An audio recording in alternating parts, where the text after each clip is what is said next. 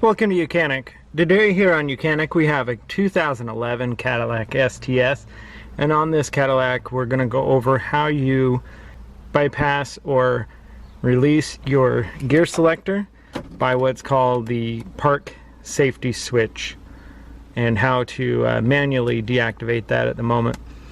The reasons that you would do that is, say the car battery is completely dead, and when the car battery is dead, it won't give you access to when you turn the key on or try to do anything. You can't change this into neutral to be able to put it on a tow truck or to be able to move your vehicle out of the road if you need to. So the way you get access to this is you have to pop this cover off, and then we remove this cover, and then there's a little pin down there that we got to press.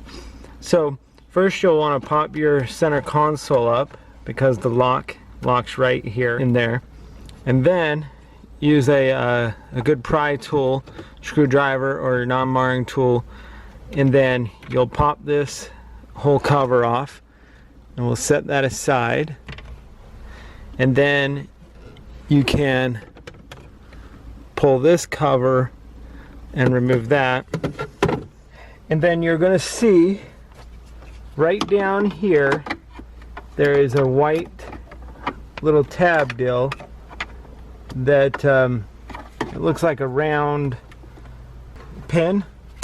What you want to do is you just want to move that forward with the screwdriver, and then you'll be able to now pull the top button like you would normally and be able to put that into neutral to be able to move your vehicle off the road or get it on the tow truck. And then once you're done with that, you just push it back up into park, and then it'll be locked back up in there. If you need to move it again, you would just do the same manual motion. And then once you've got your vehicle fixed and you're ready to go, then you'll put the cover back on there and snap the black plastic piece back on, and you'll be good to go. Thanks for watching YOUCANIC, where you can be the mechanic.